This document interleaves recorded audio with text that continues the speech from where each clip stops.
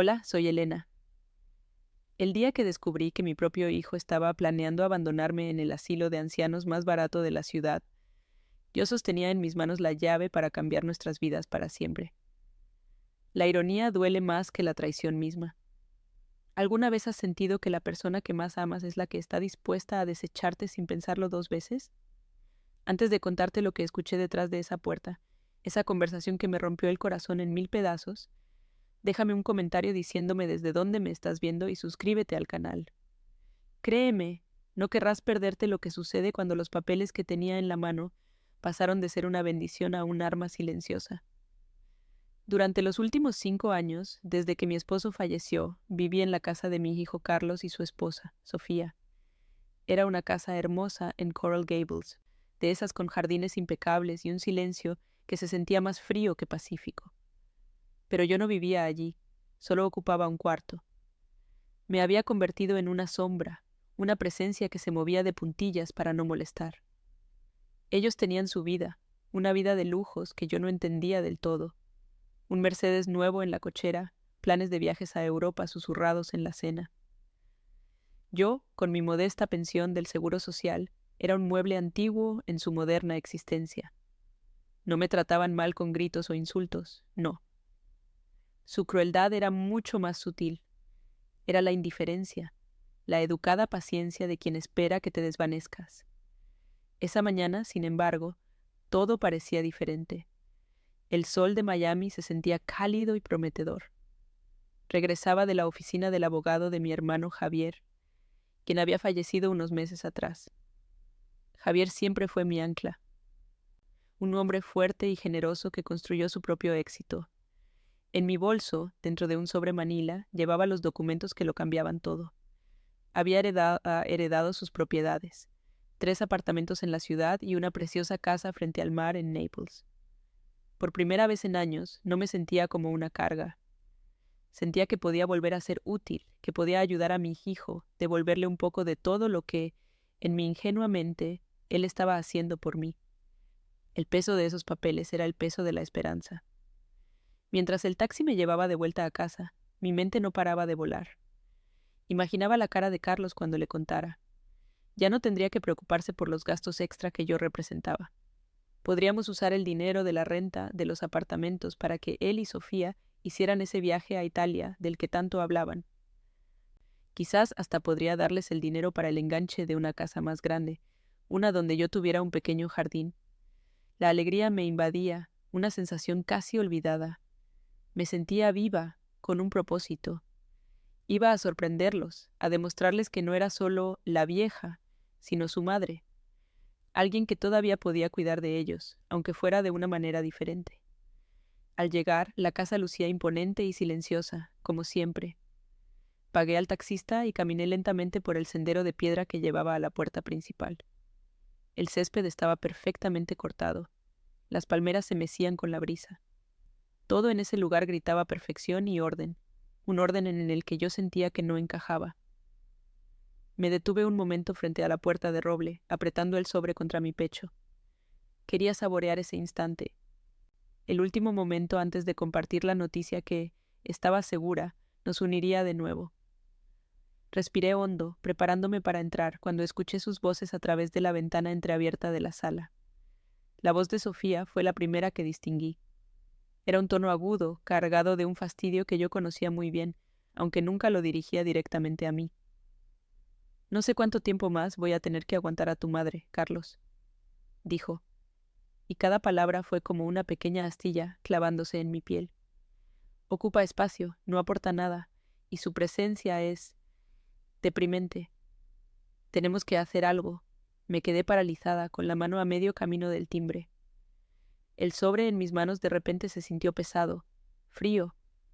No podía ser que estuvieras hablando de mí, no de esa manera tan despectiva, tan cruel.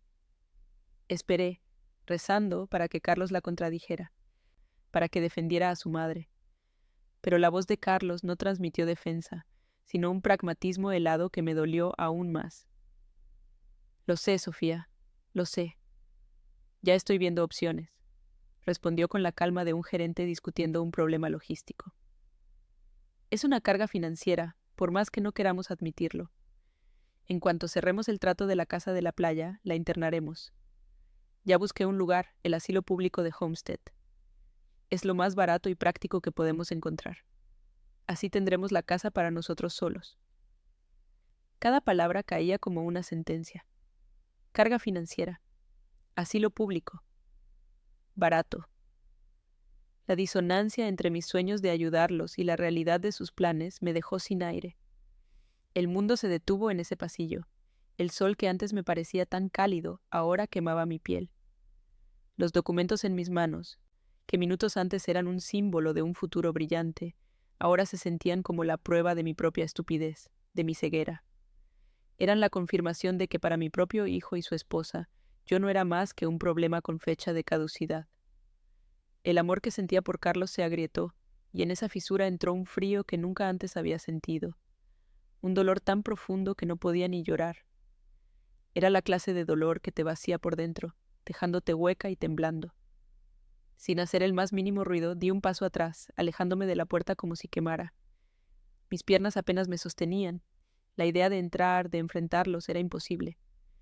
¿Qué les diría? ¿Cómo podría mirar a mi hijo a los ojos sabiendo que me veía como un objeto a desechar? La imagen de sus rostros, fingiendo sorpresa y alegría por mi noticia mientras en sus mentes calculaban cómo deshacerse de mí, era una tortura. Me di la vuelta y empecé a caminar sin rumbo, alejándome de esa casa que nunca había sido mi hogar. Apreté el sobre contra mi pecho, ya no como una ofrenda de amor, sino como un escudo. En ese momento, en medio del dolor más agudo, una nueva idea, frágil pero insistente, comenzó a nacer. Caminé sin rumbo por al menos una hora, con el sol de Miami golpeándome la cara sin piedad, pero yo no sentía calor. Por dentro estaba congelada. Terminé sentada en una banca de un parque cercano, uno de esos lugares impersonales con juegos para niños y césped bien cuidado. El sobre Manila seguía en mis manos, arrugado por la fuerza con que lo había estado apretando. Lo abrí con dedos temblorosos y volví a leer los documentos. 3 apartamentos, una casa en Naples, riqueza, independencia, libertad. Lo que minutos antes era un regalo para mi hijo, ahora se sentía como un salvavidas que el destino me había arrojado en medio de un naufragio. Las palabras de Carlos, carga financiera, resonaban en mi cabeza, chocando violentamente con las cifras escritas en esos papeles. En esa banca, mientras las familias pasaban a mi alrededor riendo, el dolor agudo comenzó a transformarse en una extraña y fría calma. Las lágrimas que no habían salido se secaron antes de nacer, dejando en su lugar una determinación de acero. Pensé en mi hermano Javier. Él nunca se dejó pisotear por nadie. Construyó su imperio desde la nada con inteligencia y coraje, y siempre me decía, Elena, tu dignidad no es negociable. Su voz, un eco en mi memoria, se convirtió en mi guía. No iba a enfrentarlos, no iba a darles el gusto de verme rota, no iba a suplicar por un amor que claramente no existía. En lugar de eso, guardé los papeles en mi bolso, me levanté y decidí que mi futuro, el que ellos planeaban robarme, sería mío y solo mío. Volver a esa casa fue uno de los actos más difíciles de mi vida. Cada paso hacia la puerta de roble se sentía como caminar sobre vidrios rotos. Al entrar todo estaba en silencio. Sofía estaba en la cocina, de espaldas a mí, preparando algo. Carlos leía el periódico en el sofá. Levantó la vista, me dedicó una sonrisa rápida y forzada y preguntó, ¿todo bien, mamá? ¿Te tardaste? Su normalidad era una bofetada. Asentí, murmurando algo sobre el tráfico, y me dirigí a mi cuarto. Cerré la puerta y me apoyé en ella, respirando hondo. Mi habitación, que siempre me había parecido una jaula, ahora era mi refugio, el cuartel general desde donde planearía mi silenciosa revolución. Esa noche, en la cena, me convertí en la mejor actriz del mundo. Comí en silencio, como siempre, pero esta vez mi silencio no era de sumisión, sino de observación. Estudiaba sus gestos, la forma en que Sofía evitaba mi mirada, la manera en que Carlos hablaba del trabajo con un entusiasmo que nunca usaba conmigo. Me preguntaron superficialmente sobre mi día y les conté una versión editada, omitiendo por completo mi visita al abogado. Hablé de un paseo, de haberme encontrado con una vieja amiga. Mentí con una facilidad que me asustó y me empoderó al mismo tiempo. Ellos asintieron, satisfechos con mi respuesta vacía, y rápidamente cambiaron de tema para hablar de la remodelación que querían hacer en el patio trasero. Los días siguientes se convirtieron en un campo de batalla invisible. Yo mantenía mi fachada de anciana dócil y resignada, mientras ellos, creyéndose seguros, dejaban caer sus máscaras con más frecuencia. Escuchaba sus conversaciones telefónicas, susurros sobre soluciones y el momento adecuado. Sofía comenzó a organizar mi cuarto, un pretexto para evaluar mis pocas pertenencias, seguramente calculando qué era basura y qué podían vender. Una tarde la encontré sosteniendo un viejo marco de plata con una foto de mi difunto esposo. Lo miraba con una expresión de puro cálculo, como si estuviera tasando su valor. No dijo nada cuando entré, solo lo dejó en su sitio con una sonrisa falsa. Ese gesto me confirmó que para ellos incluso mis recuerdos tenían un precio. Mientras ellos planeaban mi destierro, yo planeaba mi liberación. Con el viejo portátil que apenas usaba, empecé mi investigación. Busqué agencias inmobiliarias en Naples, exploré comunidades para personas mayores, pero de las de lujo, de esas con vista al mar y clases de arte. Contacté en secreto al abogado de mi hermano y le expliqué mi situación, sin dar demasiados detalles, solo que necesitaba asesoramiento para administrar mis nuevas propiedades de forma discreta. Cada correo electrónico enviado, cada llamada hecha en voz baja desde mi habitación mientras ellos veían la televisión, era un ladrillo más en el muro de mi nueva independencia. El sobre con los documentos originales lo escondí en el fondo de una caja de sombreros, mi tesoro y mi arma secreta. La crueldad sutil de Carlos y Sofía se intensificó. Una noche, durante la cena, empezaron a hablar de los abuelos de un amigo de ellos, de cómo habían prosperado en una comunidad asistida. Lo contaban como una anécdota casual, pero el mensaje era tan claro como el agua. Me miraban de reojo, esperando mi reacción. Yo solo seguí comiendo mi sopa, sin ofrecerles ni una palabra, ni un gesto. Mi indiferencia pareció desconcertarlos. Esperaban que me asustara, que protestara, que les diera una razón para justificar sus planes. Pero al no darles nada, los dejé solos con su propia conciencia culpable, y eso parecía inquietarlos más que cualquier confrontación. Cada vez que me sentía flaquear, sacaba la foto de mi hermano Javier que guardaba en mi mesita de noche. Era una foto de él en su barco, sonriendo al sol, con la mirada de un hombre que era dueño de su mundo. Mirar esa foto me recordaba de dónde venía, la fortaleza que corría por mis venas. No era la mujer frágil y dependiente que ellos veían. Era la hermana de Javier, y había heredado mucho más que sus propiedades. Había heredado su espíritu indomable. Esa foto se convirtió en mi ancla, mi recordatorio silencioso de que merecía algo mejor que ser descartada en un asilo barato de Homestead, mientras mi propio hijo disfrutaba de la riqueza que yo podría haberle dado. Con una determinación renovada, di el siguiente paso. Siguiendo el consejo del abogado, puse a la venta uno de los apartamentos de Miami, el más pequeño. Necesitaba liquidez para asegurar mi mudanza y mis primeros meses sin depender de nadie. Todo se hizo a través de llamadas y correos electrónicos. Firmé los papeles necesarios en una pequeña notaría lejos de nuestro barrio, diciendo que iba a una cita médica. El dinero de la venta se depositó en una cuenta bancaria nueva, una cuenta cuyo extracto nunca llegaría a esa casa. Sentí un poder que no había experimentado en décadas. Era el poder del control, de tener opciones, de ser la arquitecta de mi propio destino. La presión en la casa aumentó. Un día encontré un folleto de un asilo sobre la mesa de la sala.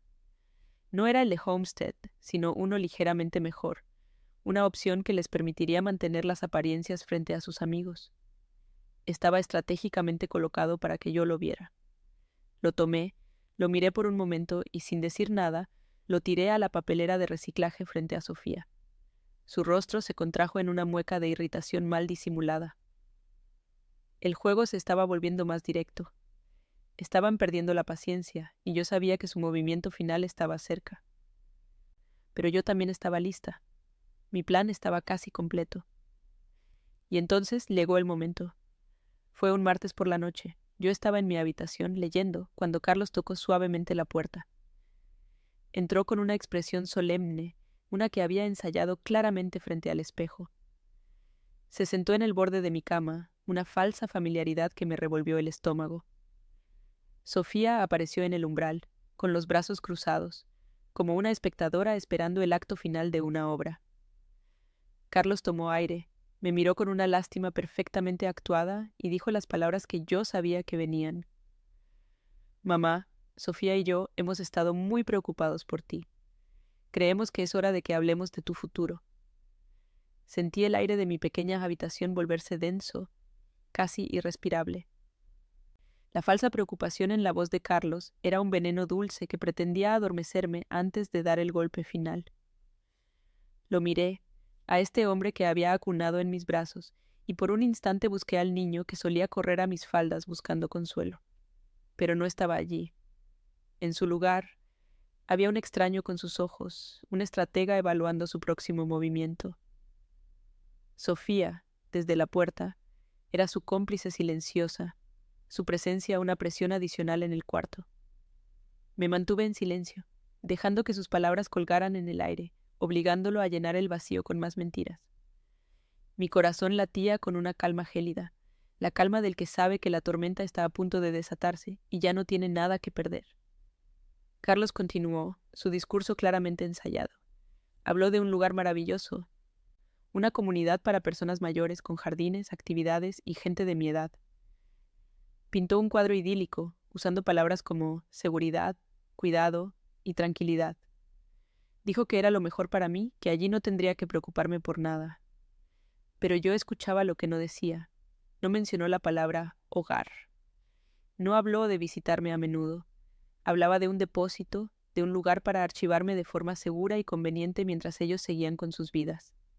Cada palabra amable era un insulto, una capa de azúcar sobre la amarga píldora del abandono que me estaban forzando a tragar. Su bondad era más cruel que cualquier grito. Sofía, sintiendo que Carlos flaqueaba ante mi silencio, dio un paso al frente. Su voz era más práctica, menos sentimental. «Piensa en ello, Elena», dijo, usando mi nombre de pila como si fuéramos amigas íntimas. «Tendrás asistencia a las 24 horas. Y nosotros podremos viajar sin estar preocupados todo el tiempo. Será un alivio para todos». Ahí estaba la verdad, desnuda y egoísta. Un alivio para todos. Para ellos. Mi presencia no era una alegría, ni siquiera una responsabilidad familiar. Era una fuente de preocupación que les impedía disfrutar de su Mercedes y sus planes de viaje a Europa. Me estaban pidiendo que me sacrificara por su comodidad, que me desvaneciera voluntariamente para que su mundo perfecto no tuviera ninguna mancha.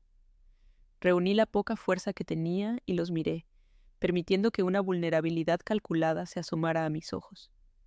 Mi voz salió como un susurro tembloroso, una actuación digna de un Oscar. «¿Es que ya no me quieren aquí?», pregunté.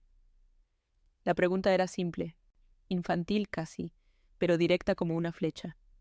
Quería obligarlos a decir la mentira en voz alta, a mirarme a los ojos y negar lo que ambos sabíamos que era verdad. Quería ver cómo se retorcían con su propia hipocresía. Por un segundo vi un destello de algo en los ojos de Carlos, quizás vergüenza, quizás un eco lejano del amor que una vez sintió. Pero se apagó tan rápido como apareció, reemplazado por una determinación fría y pragmática. «No digas eso, mamá. Claro que te queremos», respondió Carlos con una impaciencia mal disimulada. «Esto no es sobre querer o no querer. Es sobre lo que es práctico y seguro para ti. Ya no eres una jovencita. Necesitas cuidados que nosotros, con nuestro trabajo y nuestro estilo de vida, no podemos darte». Sofía asintió vigorosamente, añadiendo su propio veneno. «Exacto. No es justo para ti estar sola todo el día, y no es justo para nosotros tener que adaptar toda nuestra vida. Es la solución más lógica». La palabra lógica me golpeó con fuerza. Habían reducido el amor de una madre a una ecuación matemática, y yo era la variable que había que eliminar para resolverla. Fue entonces cuando Sofía cometió el error.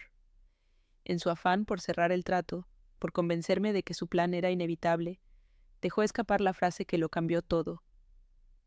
«Además, ya es un hecho, Elena. No podemos dar marcha atrás». Carlos ya habló con los agentes inmobiliarios para poner la casa a la venta. Necesitamos el dinero para la nueva propiedad en Key Biscayne, y nos dijeron que una casa sin residentes adicionales se vende mucho más rápido. El mundo se detuvo. Agentes inmobiliarios, vender la casa. No se trataba solo de enviarme a un asilo. Se trataba de liquidar el último vestigio de mi vida con ellos para financiar una mejora en su estatus. Mi destierro era el pago inicial de su nuevo hogar de lujo. El shock inicial fue reemplazado por una claridad cristalina. La conversación ya no era sobre mi bienestar. Era una transacción comercial. Yo era el único obstáculo entre ellos y su sueño de una vida aún más opulenta en Key Biscayne. El dolor en mi pecho se solidificó, convirtiéndose en un bloque de hielo. Miré la pequeña foto de mi hermano Javier en mi mesita de noche. Su sonrisa ancha y segura pareció darme la fuerza que necesitaba. Él nunca habría permitido que nadie lo tratara como un estorbo. Y yo era su hermana. La sangre de Javier corría por mis venas, y en ese instante sentí su espíritu indomable encenderse dentro de mí. Se acabaron las lágrimas. Se acabó la pena. Empezaba la guerra. Respiré hondo y levanté la vista, mi expresión transformándose de la fragilidad a una serena resignación. Ellos esperaban una pelea, lágrimas, súplicas. Les di todo lo contrario. Entiendo, dije con una voz suave pero firme, que los sorprendió a ambos. Si creen que es lo mejor, entonces confío en su juicio. Vi el alivio inundar sus rostros. Era tan palpable que casi podía tocarlo. Solo pido una cosa, continué, mi mente trabajando a una velocidad vertiginosa. Me gustaría visitar el lugar antes, para hacerme a la idea. Mi sumisión repentina era el arma perfecta. Los desarmó por completo, haciéndolos creer que habían ganado. Carlos casi se tropieza con sus propias palabras para aceptar. Claro, mamá, por supuesto, mañana mismo, si quieres, verás qué bonito es. Te va a encantar. Sofía sonrió, una sonrisa genuina de triunfo y codicia. Perfecto, dijo. Así podemos empezar a organizar tus cosas con calma. Se acercaron, Carlos me dio una palmada torpe en el hombro, un gesto vacío de afecto. Se sentían victoriosos, magnánimos en su cruel conquista. No tenían ni la más remota idea de que acababan de caer en mi trampa. Habían fijado la fecha de mi partida, pero sin saberlo, también habían fijado la fecha de su propia caída. Cuando finalmente salieron de mi habitación, cerrando la puerta detrás de ellos, me quedé inmóvil por un largo minuto. El silencio que dejaron era el de un campo de batalla después del primer disparo. Me levanté lentamente y caminé hacia mi armario. Del fondo de una vieja caja de sombreros saqué el sobre manila que contenía mi futuro. Lo abrí y extendí los documentos sobre la cama. 3 apartamentos. Una casa en Naples. Mi independencia. A su lado coloqué el folleto que había encontrado en internet la semana anterior. Palm Horizon Senior Living, lujo y dignidad en la costa del Golfo. Miré los papeles y luego el folleto. La partida estaba a punto de comenzar. Y por primera vez en mucho tiempo, yo tenía todas las cartas ganadoras. Y pensaba jugar cada una de ellas. A la mañana siguiente, el aire en la casa se sentía extrañamente ligero, casi festivo. Carlos y Sofía se movían con una energía renovada, como si se hubieran quitado un peso de encima. Me sirvieron el desayuno con sonrisas que no llegaban a sus ojos, preguntándome si había dormido bien.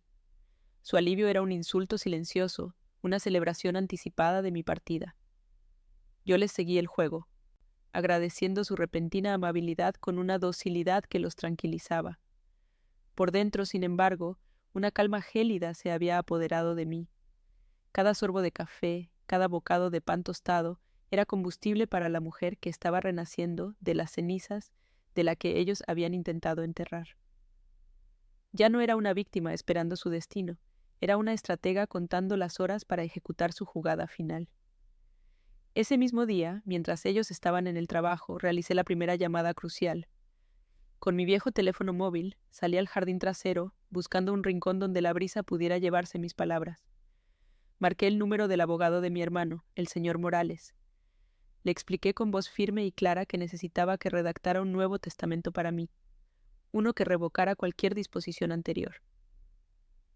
No entré en detalles sobre mis motivos, solo le dije que mi hermano Javier siempre creyó en la filantropía y que yo deseaba honrar su memoria. El abogado, un hombre discreto y profesional, no hizo preguntas. Simplemente dijo: «Por supuesto, señora Elena. ¿Cuándo le gustaría venir a firmarlo?»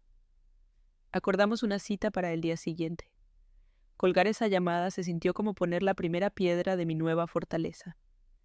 La tarde trajo consigo una nueva humillación sutil. Sofía entró en mi habitación con varias cajas de cartón vacías y una sonrisa condescendiente.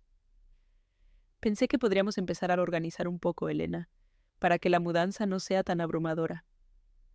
Su ayuda consistía en tomar mis pocas pertenencias, mis libros gastados, los souvenirs de viajes con mi difunto esposo, y sopesarlos en sus manos como si fueran basura. «¿De verdad necesitas esto?», preguntaba, sosteniendo un pequeño jarrón de cerámica que mi nieto, antes de convertirse en Carlos, me había regalado en la escuela. Asentí en silencio, recuperando el objeto de sus manos. Soporté su invasión con una paciencia que la desarmaba, sabiendo que pronto, muy pronto, mis únicas posesiones valiosas serían mi dignidad y mi libertad, y esas no cabían en ninguna de sus cajas. Al día siguiente, con la excusa de una cita médica de seguimiento, tomé un taxi a las oficinas del señor Morales en el centro de Miami. El edificio era imponente, de cristal y acero, un mundo alejado de la sofocante atmósfera de la casa de mi hijo.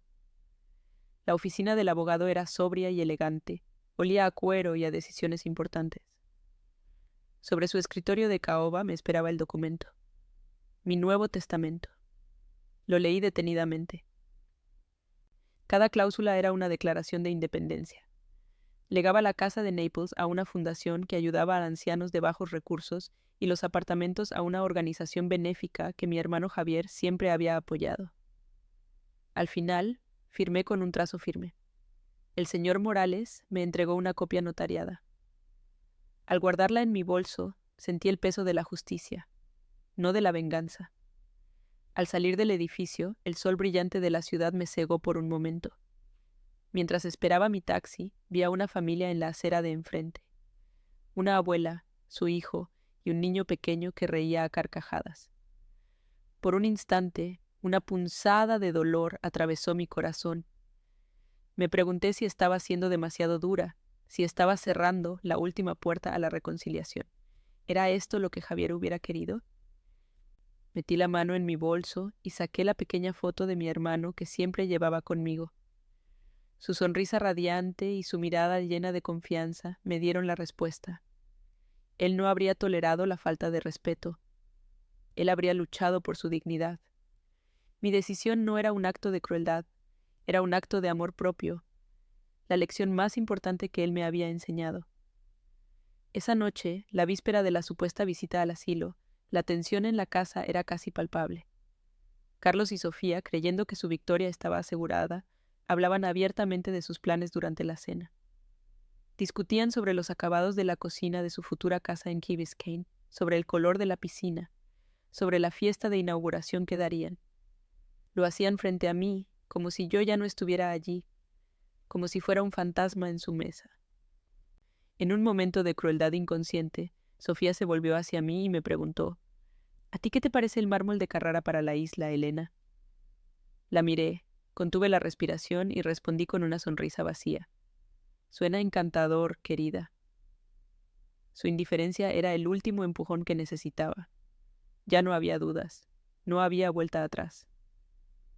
Más tarde, en la soledad de mi cuarto, preparé mi equipaje. No las cajas de Sofía, sino una pequeña maleta de mano, la misma que usaba para visitar a Javier en Naples. Dentro no puse ropa vieja ni objetos sin valor. Guardé la foto de mi esposo, el reloj de oro que él me regaló en nuestro 20º aniversario, un par de libros favoritos y mi álbum de fotos.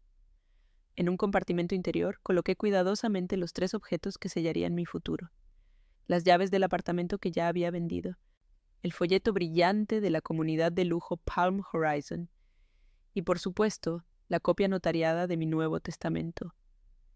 La maleta era ligera, pero contenía el peso de toda una vida y la promesa de una nueva. Cerrarla fue como cerrar un capítulo doloroso para siempre. Esa noche apenas dormí. Me senté en la vieja mecedora junto a la ventana, observando cómo la luna iluminaba el jardín impecable que nunca sentí como mío.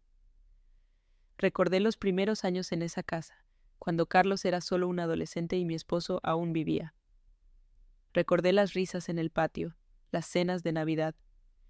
Luego, los recuerdos se volvieron grises, la soledad tras la muerte de mi esposo, la creciente distancia con mi hijo, la sensación de convertirme en un mueble, en una sombra. No sentí rabia, sino una profunda y tranquila tristeza. Estaba de luto, no por la casa o por el futuro que me robaban, sino por el hijo que había perdido mucho antes de que decidiera abandonarme. Era una despedida silenciosa, un adiós a los fantasmas del pasado. La mañana llegó, trayendo consigo el día del juicio final. Me levanté antes que nadie y me preparé con un cuidado meticuloso que no había tenido en años. Elegí mi mejor vestido, uno de lino color azul marino, elegante y sobrio. Me arreglé el cabello y me puse un toque de lápiz labial. Cuando me miré al espejo, no vi a la anciana frágil y resignada que ellos esperaban ver. Vi a Elena, la hermana de Javier, una mujer que había soportado el dolor en silencio, pero que estaba a punto de encontrar su voz. Cuando bajé a la cocina, Carlos y Sofía me miraron con sorpresa. «Estás muy elegante, mamá», dijo Carlos, con una nota de confusión en su voz. «Es un día importante», respondí con calma, sirviéndome una taza de té. «Quiero estar preparada». El viaje en el Mercedes de Carlos hacia Homestead fue el más largo de mi vida.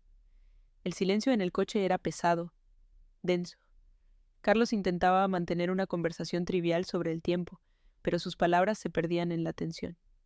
Sofía revisaba su teléfono, enviando mensajes de texto, probablemente a su agente inmobiliario, ya completamente desconectada de la escena.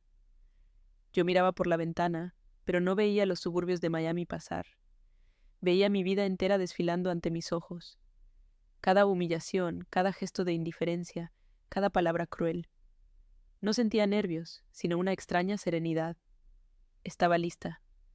El guión estaba escrito en mi mente, y el escenario, aunque fuera el estacionamiento de un asilo barato, estaba a punto de iluminarse para mi acto final. La función estaba por comenzar. Llegamos al asilo de Homestead bajo un sol implacable que parecía querer derretir el asfalto. El edificio era una construcción de concreto de los años 70, pintado de un color beige desvaído que gritaba abandono. El césped estaba amarillento en algunas zonas y el aire olía a desinfectante barato y a una tristeza estancada. Mientras una empleada con una sonrisa forzada nos daba el recorrido, yo observaba los rostros de los residentes sentados en sillas de plástico en un salón común. Sus miradas estaban perdidas, vacías, como si hubieran renunciado a todo. Carlos y Sofía asentían a las explicaciones de la mujer, señalando con falso entusiasmo un pequeño patio de cemento. «Mira, mamá, tienen un jardín», dijo Carlos, su voz sonando hueca en ese ambiente de desolación. Este era el futuro que habían elegido para mí, un depósito de almas olvidadas. El recorrido fue una tortura silenciosa. Pasamos por habitaciones compartidas, apenas separadas por una cortina delgada, donde la privacidad era un lujo inexistente. La empleada hablaba de actividades comunitarias, mientras señalaba una mesa con un rompecabezas a medio hacer y una televisión vieja que emitía un programa de concursos a un volumen ensordecedor. Sofía me tocó el brazo y dijo en un susurro: «No está tan mal, ¿verdad? Es práctico». La palabra práctico volvió a apuñalarme. Para ellos, mi vida, mis sentimientos, mi dignidad, todo se reducía a un cálculo de conveniencia. Mantuve mi rostro sereno, una máscara de neutralidad que los desconcertaba. Asentí levemente, sin decir una palabra, dejando que se cocinaran en su propia farsa. Sabía que cada segundo en ese lugar estaba cargando mi revólver para el duelo final que se avecinaba. El viaje de vuelta a casa fue aún más tenso que el de ida. El alivio de Carlos y Sofía era tan denso que casi podía cortarse con un cuchillo. Creían que mi silencio era aceptación, que mi falta de protesta era una rendición. «Entonces, ¿qué te pareció, mamá?», preguntó Carlos, mirándome por el espejo retrovisor, buscando la confirmación de su victoria. «Fue informativo», respondí con una voz neutra que no delataba la tormenta que se gestaba en mi interior. Sofía soltó una risita nerviosa. Sabíamos que lo entenderías. Es la decisión más sensata para todos. Se recostó en su asiento, sacó su teléfono y comenzó a buscar algo, probablemente catálogos de muebles para su casa soñada en Key Biscayne. Estaban tan absortos en su futuro que no vieron el precipicio que se abría justo a sus pies. Cuando llegamos a la casa de Coral Gables, el contraste con el asilo de Homestead fue brutal. La puerta de roble, el jardín impecable, el aire acondicionado que nos recibió al entrar. Todo era un monumento a su hipocresía. «Bueno, ya está», dijo Carlos, dejando las llaves del Mercedes sobre una mesita. «Mañana podemos empezar con el papeleo. No te preocupes, nosotros nos encargamos de todo». Se dirigía hacia la cocina, listo para celebrar su éxito, pero yo no me movía hacia mi habitación como de costumbre. Me quedé de pie en medio de la sala de estar, con mi bolso colgado del hombro. «Carlos, Sofía», dije, mi voz resonando con una autoridad que nunca antes habían escuchado. «Necesito que se sienten. Tenemos que hablar». Se detuvieron y se giraron, sus rostros mostrando una mezcla de sorpresa e irritación.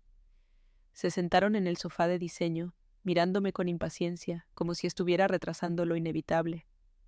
El momento había llegado. Con un movimiento lento y deliberado, abrí mi bolso. No saqué un pañuelo para secar mis lágrimas. Saqué el folleto brillante de Palm Horizon Senior Living y lo deslicé sobre la mesa de centro de cristal. Las imágenes de ancianos sonrientes jugando al golf, de piscinas infinitas con vista al mar y de elegantes comedores captaron su atención de inmediato. «¿Qué es esto?», preguntó Sofía, tomándolo con curiosidad. «Es mi nuevo hogar», respondí con calma. «En Naples. Me mudo en 2 semanas». Sus ojos se abrieron como platos. «¿Naples? ¿Pero cómo?» «Eso debe costar una fortuna». La confusión en su rostro era el primer acto de mi obra. Antes de que pudieran recuperarse del shock, saqué el segundo objeto de mi bolso, un juego de llaves que tintinearon al caer sobre el folleto. Carlos las reconoció al instante. Eran las llaves del pequeño apartamento de su tío Javier en South Beach. «¿Las llaves del tío? ¿Qué haces con ellas?», preguntó, su voz teñida de una repentina urgencia. «Las vendí», dije, mirándolo directamente a los ojos. «Verás, necesitaba algo de dinero para el depósito de mi nuevo apartamento en Palm Horizon y para algunos gastos iniciales. Fue una venta bastante rápida, el mercado está muy bien». La revelación de que yo tenía acceso a un activo de ese valor y que lo había liquidado sin su conocimiento los dejó sin palabras. La narrativa de la carga financiera se estaba desmoronando frente a ellos. Fue de entonces cuando les conté todo. Les hablé del día en que volví de la oficina del abogado, de la esperanza que sentía, del sobremanila que apretaba contra mi pecho. Les describí con una precisión devastadora la conversación que escuché a través de la ventana, sus palabras sobre el asilo de Homestead, sobre cómo yo era una carga. Vi el color desaparecer del rostro de Carlos. Sofía intentó interrumpir, balbuceando excusas, pero yo levanté una mano y continué.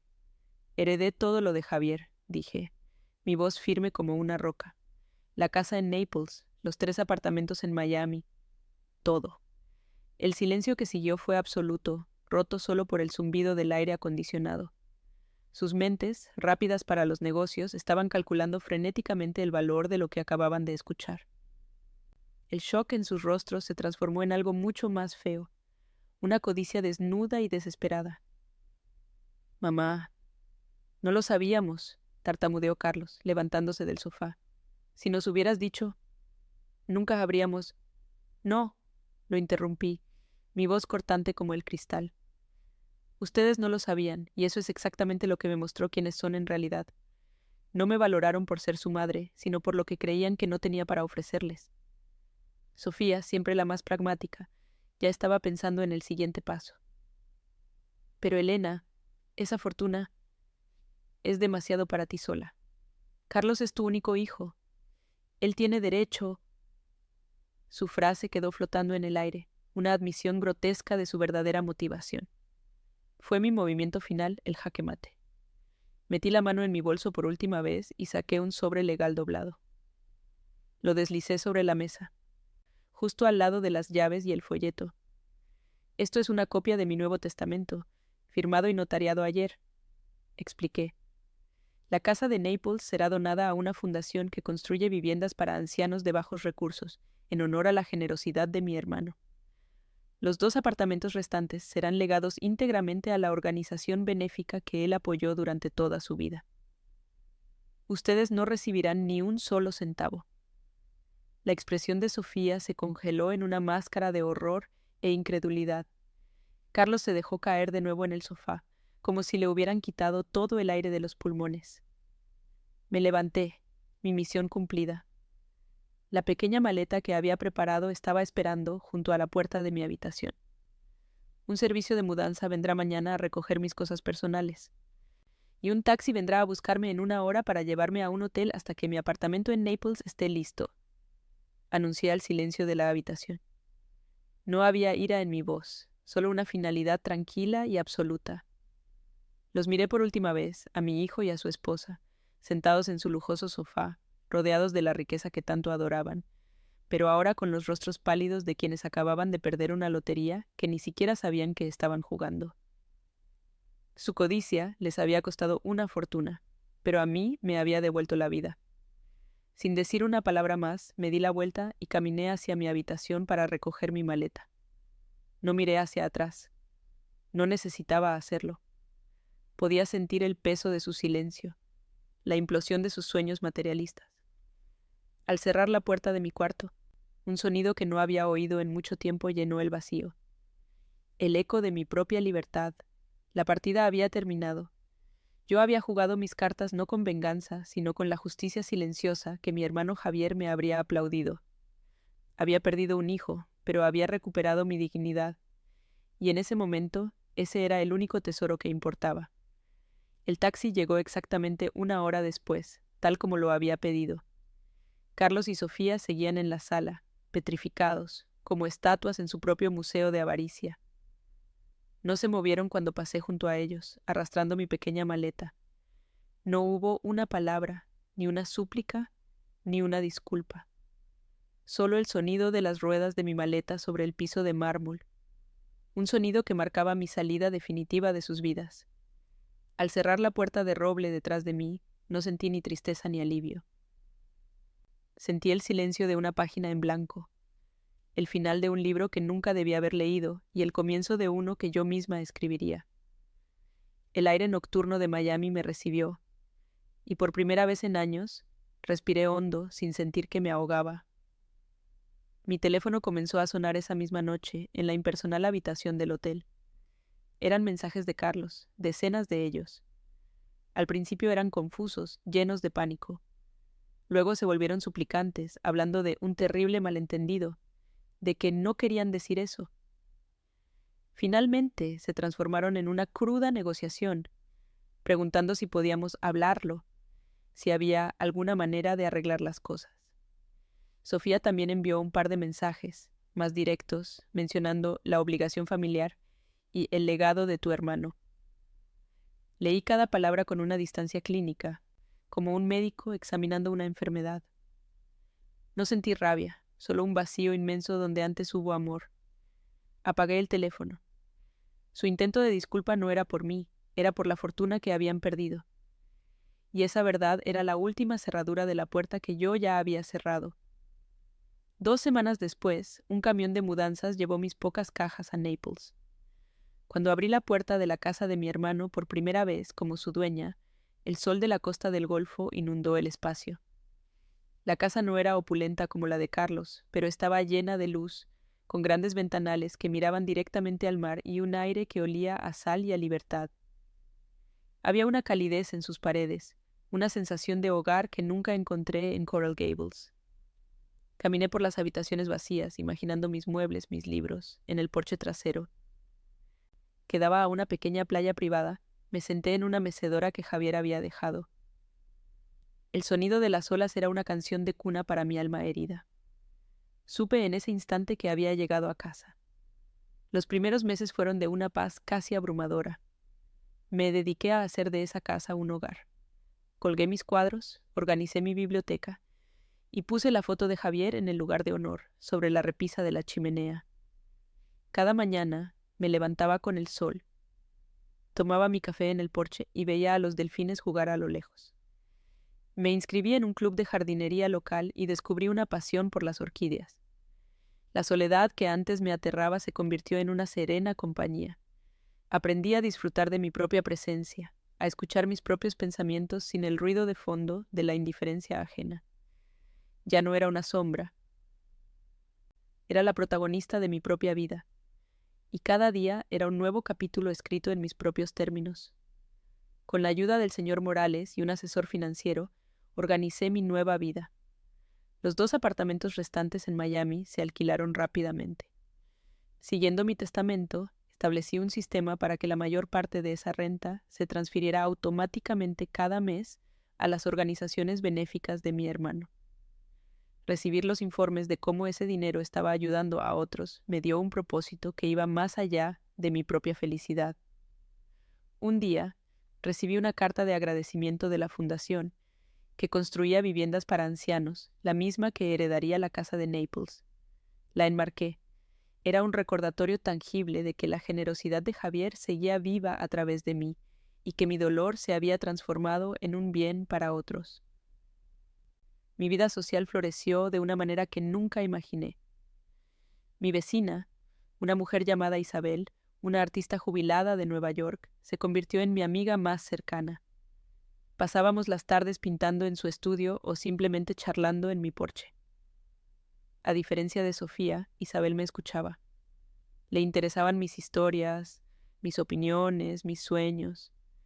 A través de ella conocí a más gente, una comunidad de personas que se valoraban por quienes eran, no por lo que tenían. Por primera vez en décadas me sentí vista. Me sentí parte de algo. Ya no era la madre de Carlos o la viuda de...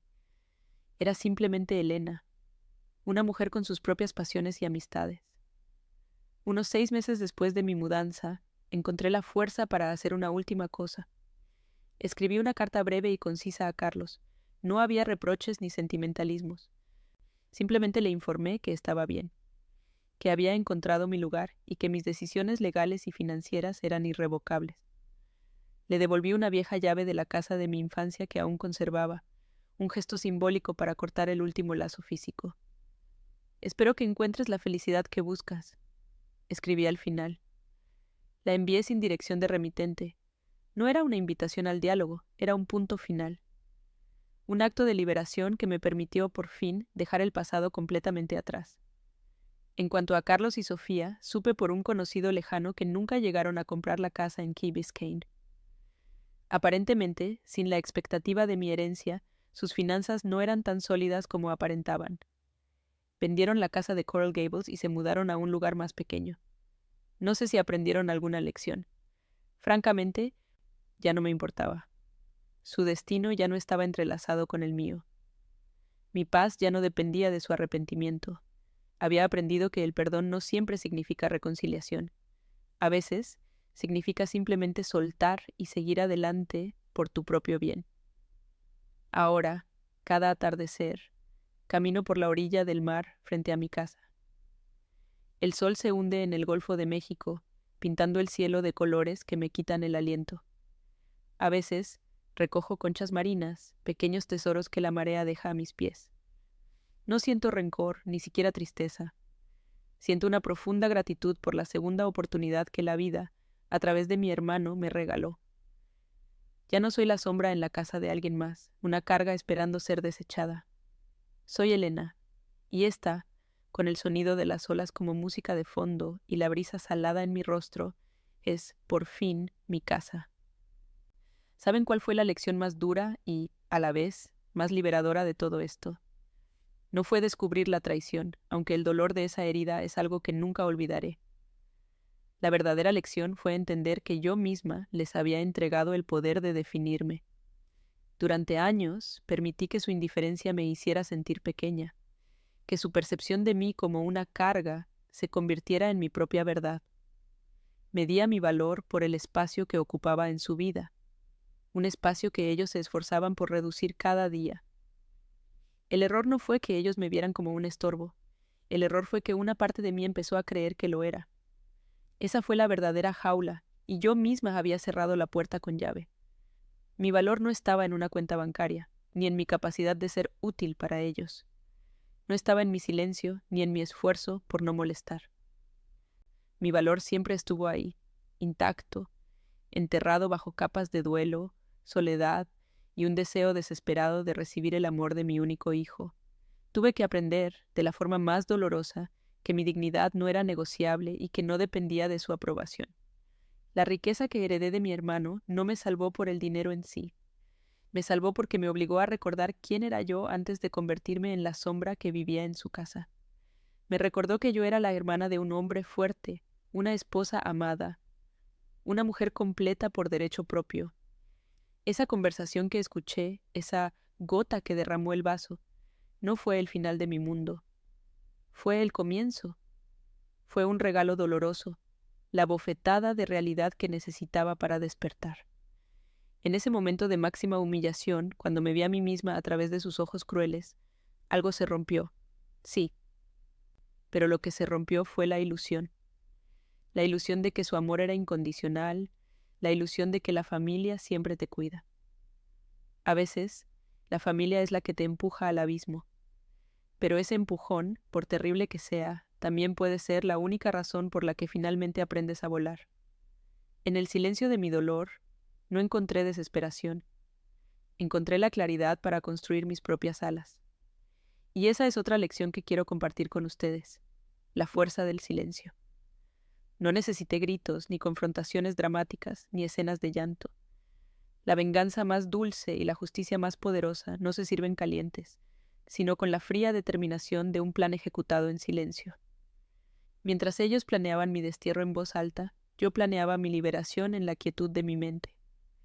Cada paso que di, cada llamada que hice, cada documento que firmé, fue un acto de rebelión silenciosa. Aprendí que el mundo no siempre responde al que grita más fuerte, sino a quien tiene la convicción de actuar con inteligencia y dignidad, reclamando su poder sin hacer ruido, hasta que los resultados hablan por sí solos. Mucha gente me pregunta si los perdoné, y mi respuesta es que me perdoné a mí misma. Me perdoné por haberme olvidado, por haber puesto mi felicidad en manos de otros, por haber aceptado migajas de afecto creyendo que era todo lo que merecía. El perdón hacia ellos es algo más complejo. No les guardo rencor, porque el rencor es un veneno que solo daña a quien lo bebe. Pero perdonar no significa olvidar ni reconciliarse. Significa soltar. Solté la necesidad de su aprobación, solté la esperanza de que cambiaran, solté el dolor de su traición. Soltarlos no fue un acto de venganza, fue un acto de autopreservación. Fue elegir mi paz por encima de nuestra historia rota. La herencia de mi hermano Javier no fueron solo las propiedades, fue su espíritu.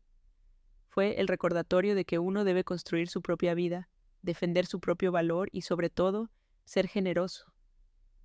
Al donar gran parte de esa fortuna, no solo estaba honrando su memoria, sino que también estaba redefiniendo el significado de la riqueza para mí. La verdadera riqueza no es lo que acumulas, sino lo que puedes dar. No es tener una casa de lujo, sino tener un hogar donde te sientas en paz. No es tener una familia que te mantenga por obligación, sino construir una comunidad que te elija por quien eres. Ese es el verdadero legado, el que nadie te puede quitar. Así que, si mi historia te ha tocado de alguna manera, si te ha hecho reflexionar sobre tu propio valor o sobre una situación difícil que estés viviendo, quiero que te lleves esto. Nunca es tarde para reclamar tu propia vida. Nunca es tarde para reescribir tu final. A veces, el momento más oscuro es justo antes de que decidas encender tu propia luz. Déjame un comentario contándome qué lección te llevas de mi experiencia. Y suscríbete al canal porque hay muchas historias de resiliencia como la mía que merecen ser contadas. Juntos, podemos recordarnos que nuestra dignidad es nuestro tesoro más preciado.